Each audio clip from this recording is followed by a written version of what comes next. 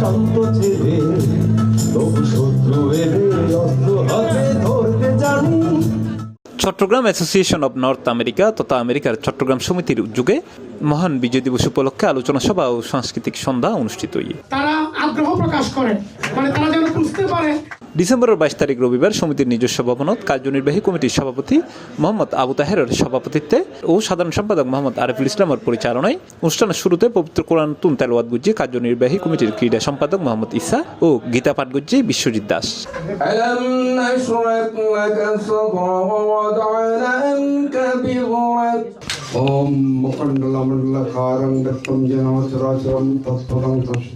অনুষ্ঠানত 71 রণাঙ্গনের বীর মুক্তিযোদ্ধা ইঞ্জিনিয়ার জাহাঙ্গীর হোসেন এবং মোহাম্মদ হোসেনের ফুলুত্তরাদি বরণ করা হয়। এই সময় মহান বিজয় দিবসের উদ্দেশ্যে আলোচনাতে অংশগ্রহণ করছে নিউ জার্সিতে আগত বিগত সমিতির নির্বাচনের অন্যতম সমন্বয়ক উত্তম দাস, মামুন চৌধুরী, সমিতির সাবেক ভারপ্রাপ্ত সাধারণ সম্পাদক আশরাফ আলী লিটন, সাবেক উপদেষ্টা আলহাস নাদের চৌধুরী, সাবেক কোষাধ্যক্ষ দিদার চৌধুরী, সাবেক সহসভাপতি আলহাস আবুল কাশেম, সাবেক সহসভাপতি শাহাবুদ্দিন চৌধুরী লিটন, সাবেক ভারপ্রাপ্ত সভাপতি খোকন কে চৌধুরী, নির্বাচন পরিচালনা কমিটির সভাপতি ও সাবেক সাধারণ সম্পাদক মোহাম্মদ সেলিম, নির্বাচন পরিচালনা কমিটির সদস্য সচিব কামাল হোসেন মিঠু, সাবেক সভাপতি ও সাধারণ সম্পাদক মনির আহমদ, সাবেক সভাপতি কাজী শাকাওয়াত হোসেন আজম, সাবেক সভাপতি ও ট্রাস্টি বোর্ডের চেয়ারম্যান মোহাম্মদ হানিফ এবং প্রতিষ্ঠাতা সভাপতি মোহাম্মদ আব্দুর রহিম। আমরা 30 লক্ষ শহীদের রক্তের বিনিময়ে বাংলাদেশ পেয়েছি।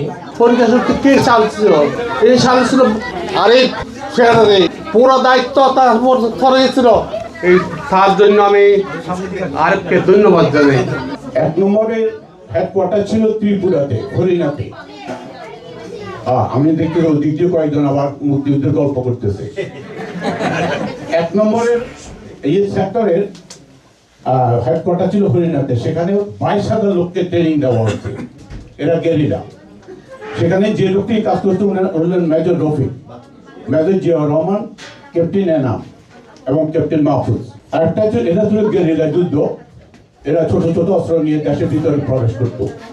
সামনাসামনি যারা যুদ্ধ করছে 1 নম্বরে, সেটা হলো জ্যাক ফোর্স।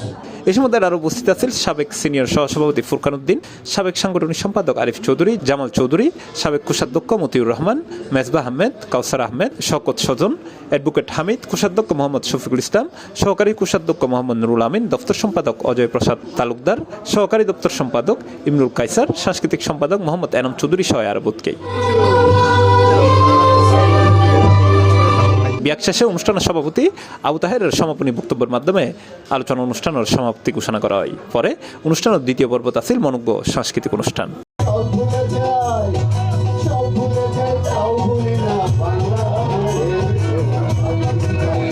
রাহিদকে পুরস্কার তুলে দিবেন আমাদের আরেকজন মুক্তিযোদ্ধা জনাব হোসেন ভাই।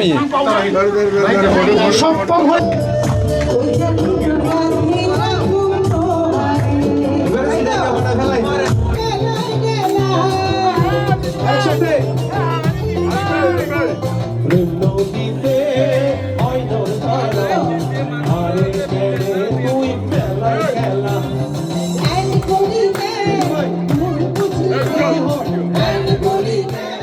C+ TV Chittagong.